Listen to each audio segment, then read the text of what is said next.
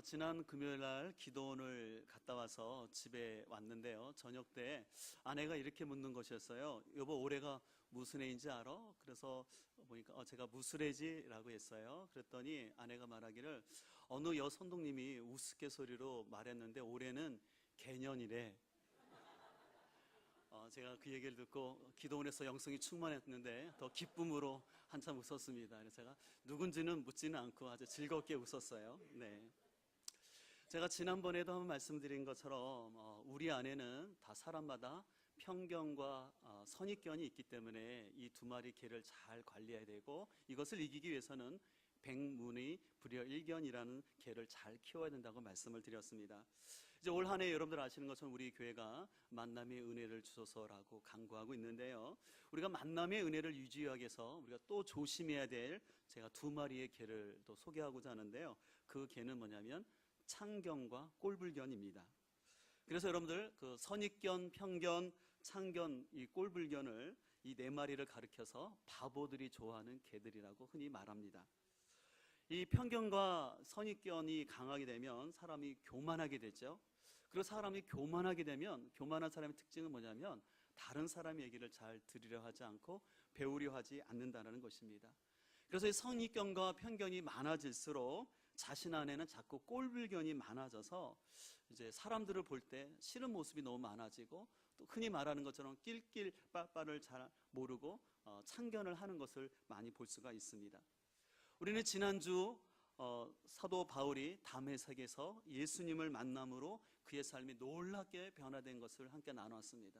그래서 사도 바울은 사도행전 9장의 이 다메섹 사건이 그의 인생의 놀라운 전환점이 되어서 사도행전 22장 또 26장에서 많은 사람들 앞에서 자신이 어떻게 예수님 만났는지를 간증을 하면서 전도했다고 말씀을 함께 나눴습니다.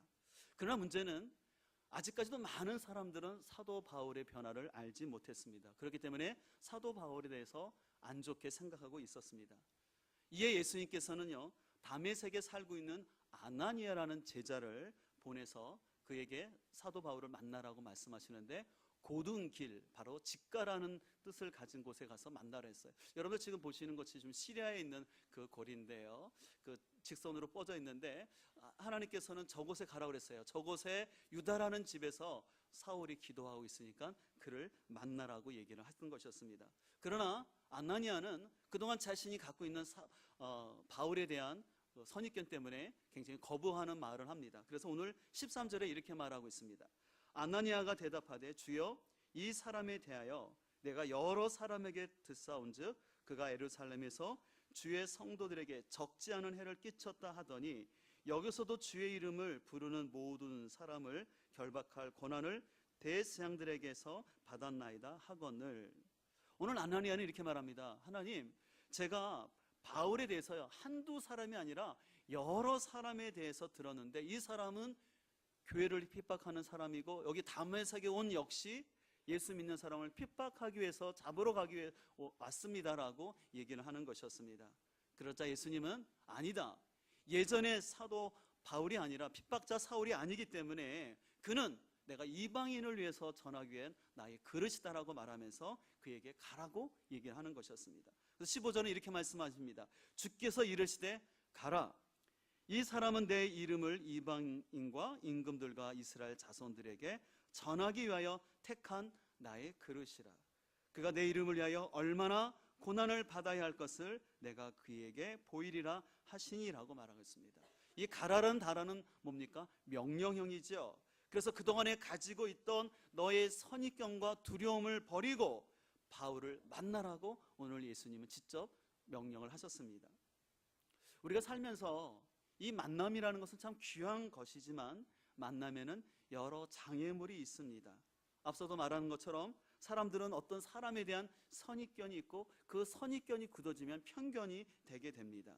그래서 우리는 그 사람의 출신 지역이나 그 사람이 어떤 학교를 다녔고 또 소문 등을 통해서 그 사람을 잘 알지도 못하면서 그 사람을 속단하기 때문에 우리가 좋은 만남을 이어가지 못하는 안타까운 현실이 있습니다.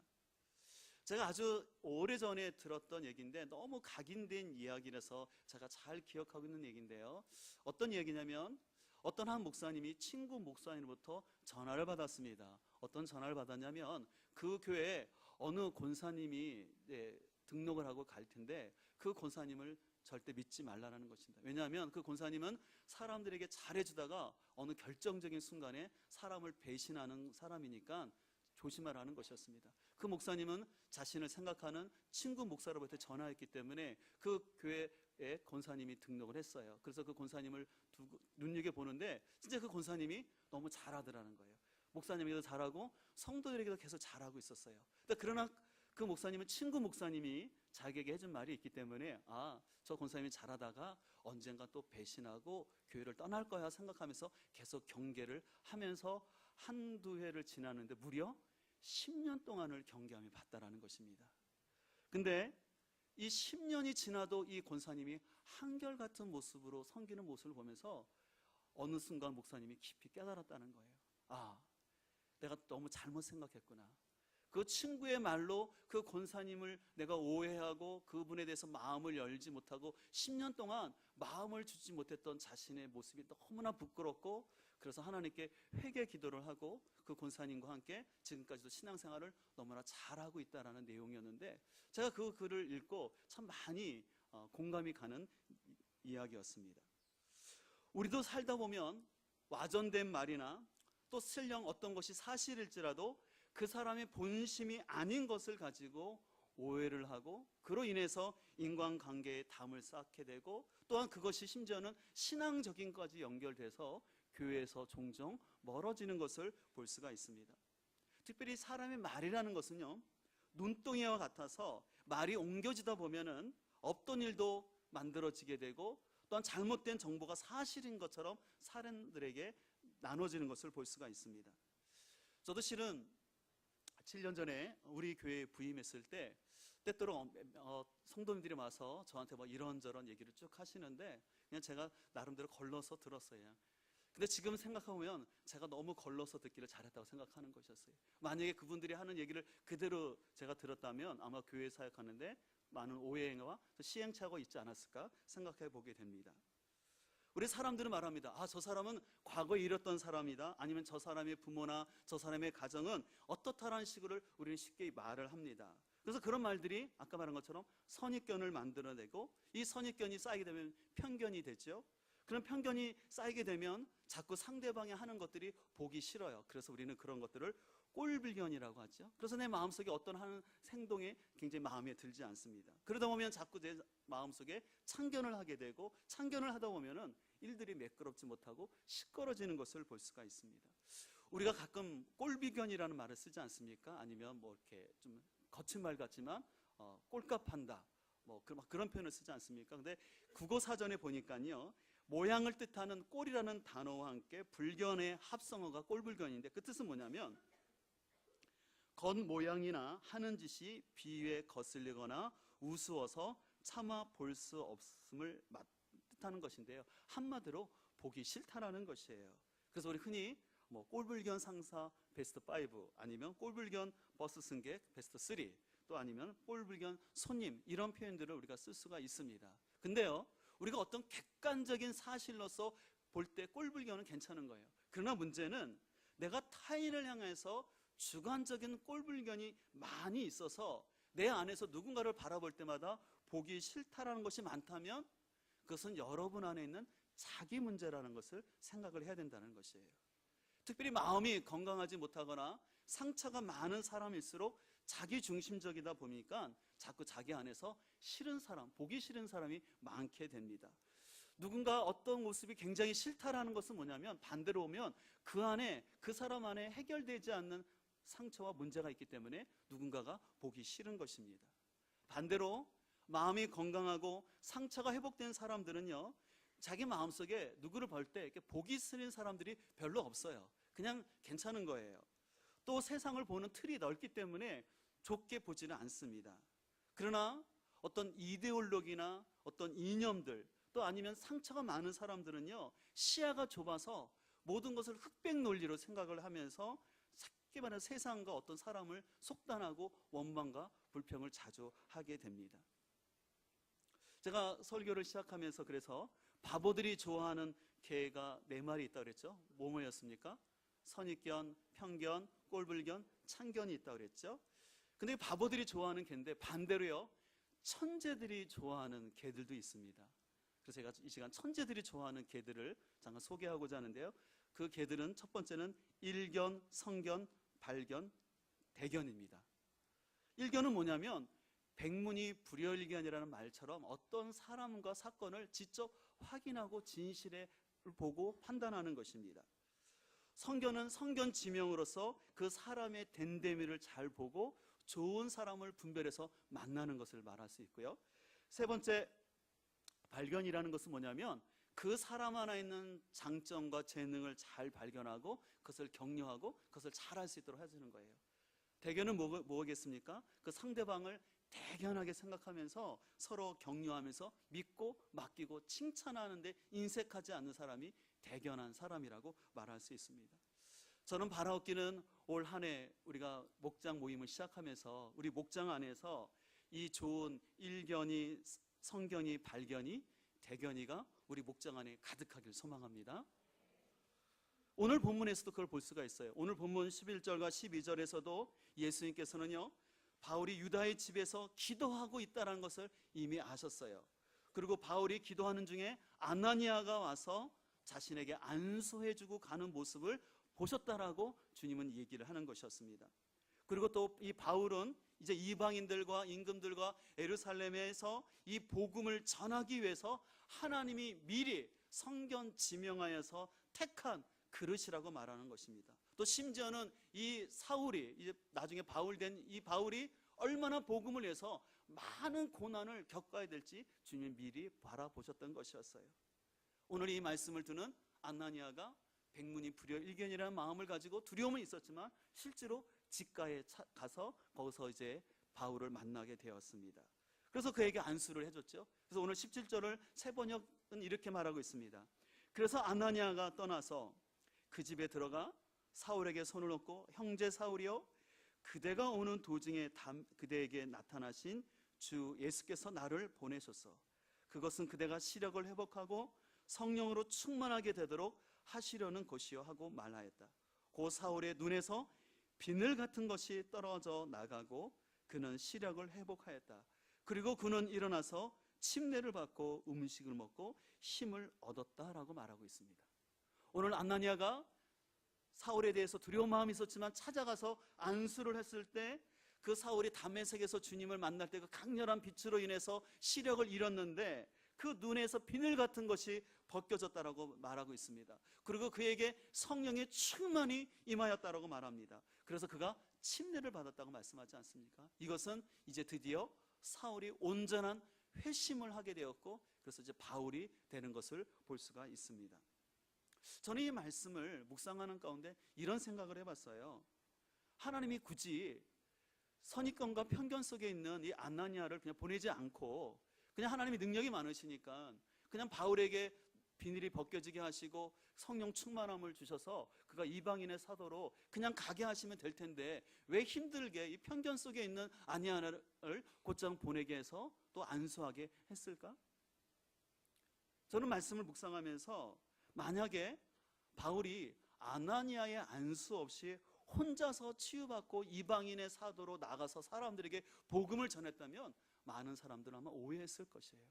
저 사도 바울이 아마 예수님을 핍박하다가 획가닥했나 보다, 뭐 그런 식으로 오해를 했던 거나 아니면 저 사람은 이상한 사도라고 사람들이 인정을 해주지 않았을 것입니다. 그러나 하나님께서는요, 그 당시 다메섹에서 그 다메섹 공동체에서 제자로 인정받는 아나니아를 직접 파송함으로 인해서, 그리고 아나니아가 가서 직접 안수하고 그리고 그에게 성령의 충만한 가운데 그를 공식적으로 침례를 받게 하여서 그가 정식적인 하나님의 사도가 되게끔 하셨던 것을 볼 수가 있어요. 우리는 여기서 다시 한번 만남과 공동체의 소중성을 깨닫게 됩니다. 아무리 뛰어난 능력을 가진 개인일지라도 사람과의 만남이 없고 공동체의 만남이 없다면 그 사람은 결코 성숙될 수도 없고 보호받을 수도 없다라는 것입니다. 그래서 사람은요, 만남을 통해서 성숙을 경험하지 못하게 되면 자꾸 우물한 개구리가 되어서 자기 세상 속에 갇혀서 변화도 없을 뿐만 아니라 자꾸 자기의 어둠 가운데 살아가는 것을 볼 수가 있습니다. 그렇기 때문에 오늘 주님께서는 다메섹에서 사울을 만나 주실 뿐만 아니라 또 아나니아를 보내서 그에게 안수를 통해서 그에게 성령의 충만함을 주고, 그래서 그 사울에 있는 눈의 비늘 같은 것을 벗게 해 주셔서 또 그에게 성령 충만함을 주셨습니다. 이 비늘 같은 것이 무엇인지는 모르지만 아마 그 사도 바울이 그동안 잘못 갖고 있었던 가치관과 생각들을 벗겨내는 하나의 그런 상징적 표현으로 봐도 좋을 것 같습니다. 근데 오늘 이 사도 바울 안에서 비늘이 벗겨진 것은 사도 바울뿐만 아니라 실은 아나니아의 안에 있는 비늘도 벗겨져야 했던 것이었습니다. 아나니아는 그동안 사울을 생각할 때마다 이 사람은 교회를 핍박하는 사람이라는 선입견이 들었습니다. 그래서 오늘 주님께서 그를 만나라 했을 때, 주님, 그를 만나면 안 됩니다. 그는 공문을 갖고 우리를 잡으러 온 사람인데 그 사람 앞에 갈 수가 없습니다 말하는 거예요. 왜냐하면요, 실은 이 다메섹이라는 곳은 갈릴리하고 가까운 지역이 있거든요. 그러다 보니까 아마 이 갈릴리에서 일어났던 일들을 잘 알았을 것이에요. 그리고 또 예루살렘의 소식도 잘 알았을 거고, 그 다음에 이제 예루살렘 교회가 시작됐을 때 교회가 핍박이 일어나는데 그 핍박에 선두에 섰던 사람이 사울이라는 사실을 잘 알았을 것이에요. 그래서 오늘 말씀하는 것처럼 한두 사람이 아니라 여러 사람을 통해서 사울이 어떻게 교회를 핍박하고 있다는 사실들을 들었을 것입니다. 그렇기 때문에 아나니아의 마음속에는 이 사울은 절대 가까이 하면 안 될 사람이라는 경계심이 가득했던 것이죠. 그렇기 때문에 그는 사울에 대한 편견과 두려움 때문에 주님이 가라고 했을 때 쉽게 갈 수 없었습니다. 그러나 그가 하나님 말씀에 순종하여 가서 그에게 안수했을 때 놀랍게 성령이 역사하시고 또 그 사울과 함께 교제하면서 하나님의 섭리를 그들은 함께 듣고, 그래서 그는 놀라운 깨달음을 갖게 된 거예요.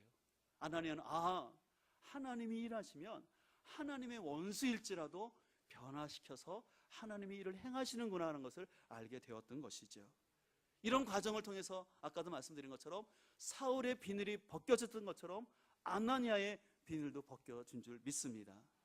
근데 문제는 오늘 예수님을 믿는 사람들을 핍박했던 이 사울의 비늘이 벗겨지고 아나니아의 비늘이 벗겨진 것처럼 오늘 우리 안에 있는 비늘도 벗겨져야 할 줄 믿습니다. 우리는 자꾸 자신의 경험, 자신의 지식이 전부인 것처럼 생각하는 경우가 많습니다. 그래서 우리는 자꾸 자신의 판단을 가지고 사람을 너무 속단하고 판단을 합니다. 특별히 우리가 이제 목장 안에서도 사람을 만나거나 교회 안에서도 사역을 하다 보면은 때때로 사람과의 부딪힘이 있어요. 그런 관계가 소원해질 수가 있는데, 그럴 때마다 우리는 조심할 것은 상대방을 탓하는 것이 아니라 그 문제를 통해서 자신을 성찰하고 내 안에 잘못된 생각은 없는지, 내 안에 잘못된 비늘이 없는지를 바라보는 것이 성숙한 사람이라고 할 수가 있는 것이죠. 그렇지 아니하고 계속해서 다른 사람만 정죄하고 다른 사람만 문제가 있다 그러면 그 사람은 결코 변화될 수가 없는 것입니다. 그래서 실은 우리가 진정으로 주님 안에서 거듭나고 성숙한 사람이 되면 자신 안에 있는 허물과 비늘이 점점 벗겨지기 때문에, 예전에는 참 꼴불견 싫고 저렇게 먹거나 저렇게 옷 입는 거 저렇게 말하는 사람이 참 보기 싫었던 사람이 주님 안에서 비늘이 벗겨지면 벗겨질수록 참 어떻게 저렇게 맛있게 먹지? 옷을 저렇게 감각 있게 입어도 괜찮구나. 내 판단을 내려놓을 수가 있다라는 것이에요. 근데 내 안에 비늘이 벗겨지지 않으면 여전히 나의 색상 스타일을 가지고 내가 먹는 방법과 그 방식을 가지고 누군가를 자꾸 내 마음속에서 정죄하고 자꾸 내 마음속에 꼴보기 싫은 사람들이 많아지면 죄송하지만 우리는 변화가 되지 않는다라는 것입니다. 바라옵기는 올 한 해 동안 먼저 내 안에 있는 비늘 같은 것들이 벗겨짐으로 말미암아 우리가 하나님의 사람들을 잘 바라볼 수 있는 영안이 열릴 수 있기를 간절히 소망합니다. 제가 개인적인 간증에 대해서 여러분들이 잘 조심해서 들으셨으면 좋겠는데요. 여러분들 제가 간증에 대해서 말씀드릴 때는 간증은 보편화시켜서 들으면 안 돼요. 그냥 그것은 개개인으로 느끼는 부분인데, 우리 성도님들은 예전에 다니신 분들은 알겠지만 또 새가족들이 많기 때문에 제가 잠깐 제 간증을 좀 하려고 하는데요. 제가 우리 교회 이제 7년 전에 부임을 했는데 제가 실은 7년 전에 부임할 때 이미 하나님의 결정적인 사인이 있었어요. 아마 그 사인이 없었으면 제가 우리 교회 부임하는데 어려움이 있었을 텐데요. 제가 그 7년 전에 사역하고 있는 교회에서 여름 휴가를 맞게 되었어요. 그래서 휴가 때 어디를 갈까 하다가 저희 가정이 제주에서 DTS 훈련을 받았기 때문에 저희는 제주를 참 좋아하거든요. 그래서 제주를 가자고 결정을 했어요. 근데 문제는 비행기 타고 가자는 게 너무 비용이 많이 나오는 거예요. 그래서 좀 힘들지만 우리 차를 가져가자 결정했습니다. 그래서 이제 어디를 가고 어느 맛집을 가야겠다고 조사를 했어요. 또 제 성격이 저는 그냥 가는 스타일이 아니라 A4로 다 뽑아놨어요. 어디 갈 거 어디 갈 게 다 철저히 준비를 했어요. 그래서 이제 제주항에 도착을 했습니다. 근데 제주항을 도착해서 얼마 가지도 않았는데 그동안 한 번도 고장 나지 않았던 저희 트라제가 갑자기 문제를 일으키면서 왱하면서 제가 컨트롤이 안 되는 거예요. 그래가지고 위험한 상태에서 겨우 기둥 같은 데를 살짝 받고 섰어요. 그러니까 연기가 나는 거예요. 깜짝 놀랐죠. 이런 일 한 번도 없었는데. 그래서 견인차를 부르고 서비스 센터를 가게 됐어요. 근데 서비스 센터 직원이 보더니 지금 엔진에 아주 심각한 문제가 생겨서 일주일 동안 정비를 해야 된다는 것이었어요. 이게 뭡니까? 저희가 휴가 계획을 다 했는데 도저히 할 수가 없는 것이죠. 그래서 하나님께서 좀 뭔가 아니신가? 그래서 우리가 휴가 계획을 다 내려놓고요. 마침 그 근방에 있었던 저랑 같이 훈련받았던 한 자매님이 생각나서 전화를 하고 그래서 그 자매님과 만나서 그 자매님이 다니시는 교회에 가서 잠깐 교제하면서 머무는 시간이 있었어요. 그 머물고 교제하다가 그 교회에 계신 목사님과 사모님과 함께 대화하다가 잠깐 기도하는 시간을 가졌는데요. 그 사모님 옆에 계셨던 그 교회 한 여자 집사님이 계셨는데 저와 함께 대화를 하는 가운데 이런 얘기를 하는 거예요. 좀 목사님과 대화를 하다 보니까 자꾸 이렇게 목사님 눈에 뭔가 좀 많이 가려져 있는 것 같다고, 좀 뿌옇게 보인다고. 제가 깜짝 놀랐어요. 왜냐하면 제가 알러지가 굉장히 심해서요. 이렇게 알러지 약을 넣고 그래서 늘 눈이 이렇게 불편했거든요. 근데 그 자매님이 좀 그 모습이 안타까웠는지 하나님께서 그런 마음을 주신다고 하면서 좀 기도하면 눈이 나을 것 같다고. 그래서 진짜 기도를 했는데요. 놀라운 경험을 했는데 여러분들 마치 그 안가 가면 이렇게 눈 이렇게 시스라는 거 보이는 것처럼 제 눈꺼풀이 깨끗해지는 거예요. 그래서 그 와이퍼가 한번 싹 왔다 간 것처럼 눈이 너무 시야가 밝아지는 체험을 그때 한번 하게 되었어요. 여러분 잘 들으셔야 돼요. 이건 개인적인 체험입니다. 보편화시키지 말고. 그래서 놀라운 체험을 했는데 그 다음에 한 말이 중요했어요. 뭐냐면 그 자매님이 뭐냐면 하나님께서 목사님에게 생각보다 빨리 어떤 사역의 길을 열어주실 것이라는 뜻밖의 얘기를 하는 것이었어요. 저는 그런가 하고 왔죠. 그리고 그냥 다시 사역하던 교회로 왔는데 바로 이튿날 지나서 전화가 한 통 왔는데 우리 강동호 목사님이 전화를 주신 거예요. 그래서 강동호 목사님이 전화 줘서 우리 교회 같이 공동 담임으로 목회를 하자라고 이렇게 제안이 왔어요. 제가 그 제안을 받고 제가 여러 가지 생각할 수가 없었어요. 왜냐하면 제가 그 제주도에서 들었던 하나님의 그런 사인이 있었기 때문에 제가 이것저것 그냥 따지지 않고 이제 오게 되었고 주님께서 저를 인도하셔서 또 지금까지 인도하신 줄 믿습니다. 근데 제가 한 가지 여러분들께서 기억할 것은 우리가 하나님의 인도함을 받고 왔다 할지라도 때로는 내가 생각한 것처럼 환경이 형통하지는 않을 수가 있다는 것이에요. 때로는 관계 안에서 여러 갈등도 있고 힘든 상황도 있을 수 있어요. 그러나 중요한 것은 관계가 힘들다고 내 감정이나 생각으로 판단하는 것이 아니라 주님의 뜻이 어디 있는지 찾고 기다리고 있으면 분명히 하나님이 협력하여 선을 이루신 줄 믿습니다. 제가 뭐 이렇게 솔직히 다 얘기는 안 했지만 실은 제가 우리 교회에 있을 때 주변의 목사님들이 저를 생각해서 계속 여기만 좀 있지 말고 좀 다른 데 좀 가라고 많이 얘기를 하시고 또 좋은데 또 단독 청빙이 실은 들어가기도 했습니다. 그러나 그럴 때마다 저는 기도하는 가운데 하나님의 아무런 말씀이 없었어요.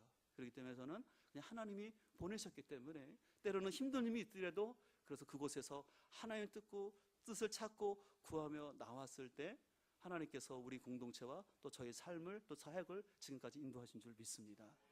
제가 오늘 왜 이런 좀 개인적인 조심스러운 얘기를 했냐면 우리가 신앙생활을 하다 보면 많은 사람을 만나고 또 공동체를 만납니다. 그러나 그 안에서 여러분들 행복한 순간만 있는 건 아니에요. 때로는 갈등도 생기고 아픔도 있고 상처도 있습니다. 그럴 때마다 우리의 짧은 생각으로 누구를 판단하거나 내 감정적으로 결정하면 늘 실수할 수밖에 없다라는 것입니다. 우리는 그럴 때마다 잘 이해되지 않는지만 여러분들 하나님 안에서 인내하시고 기도하고 기다리면 우리 하나님은 더 멋지게 우리를 변화시키고 성시켜준 줄 믿습니다.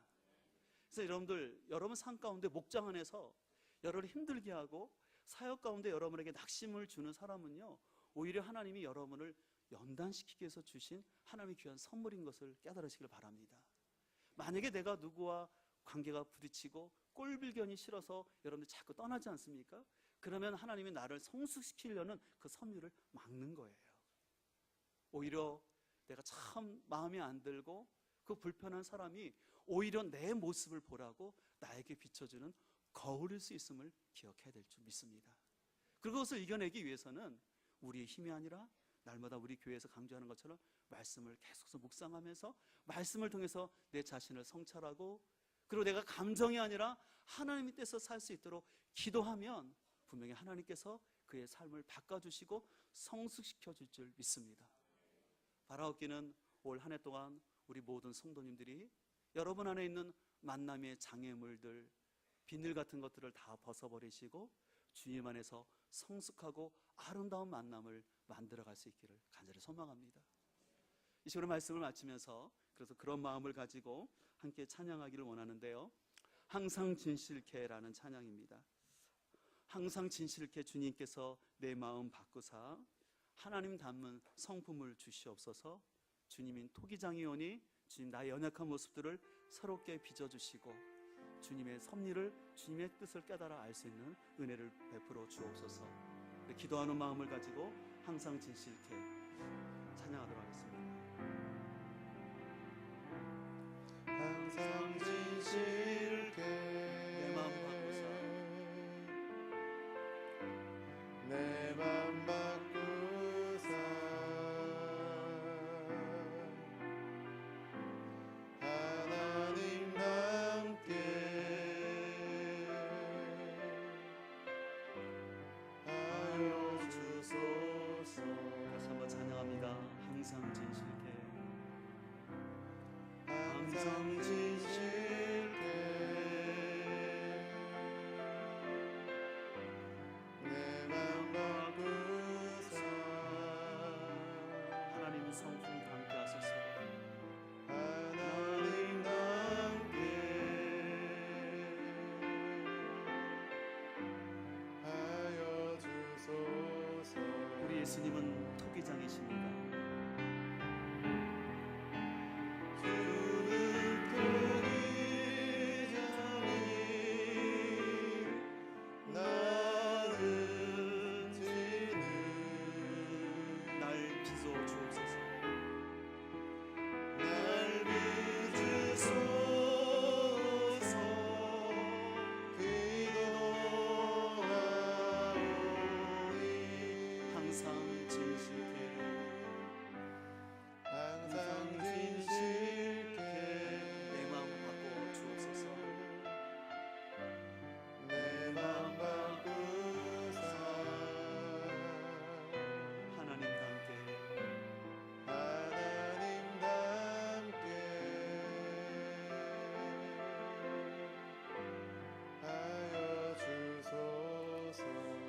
우리 함께 기도하며 나가기를 원합니다. 오늘 안나니아는 그동안 여러 사람으로부터 들었던 말로 인하여서 사울을 향해서 여전히 편견을 가지고 두려워하고 있었습니다. 오늘 주님은 나타나셔서 아나니아에게 가라, 그리고 그에게 안수하라 말씀하십니다. 그랬을 때 사울의 비늘이 벗겨졌을 뿐만 아니라 아나니아의 비늘이 벗겨진 줄 믿습니다. 하나님, 오늘 시간 말씀을 통해서 또 내 안의 비늘도 벗겨지기를 원합니다. 혹시 여러분 중에 내가 자꾸 누가 꼴보기 싫고 너무 마음에 안 들고 그렇다면 그 사람이 문제가 아니라 그렇게 보이는 내가 문제입니다. 주님, 내 안에 있는 이 어두움, 내 마음 바꿔 주시옵소서. 그 대상을 하나님의 형상으로 바라보게 하여 주시고 그를 통해서 나를 성숙시키시고 변화시키려는 하나님의 섭리의 관점으로 나를 아프게 하는 사람을 바라보게 하여 주옵소서. 그래서 내가 그 상대를 바라보는 눈이 바뀌어지게 하여 주시고 마음이 바뀌어지게 하여 주옵소서. 그래서 올 한 해 목장 안에서 참으로 좋은 점을 발견케 하여 주시고 분별케 하여 주시고 우리가 서로를 격려하면서 아름다운 공동체를 이뤄가게 하여 주시옵소서. 우리 만남을 위해서, 우리 목장 공동체를 위해서 합심해서 기도하며 나가도록 하겠습니다.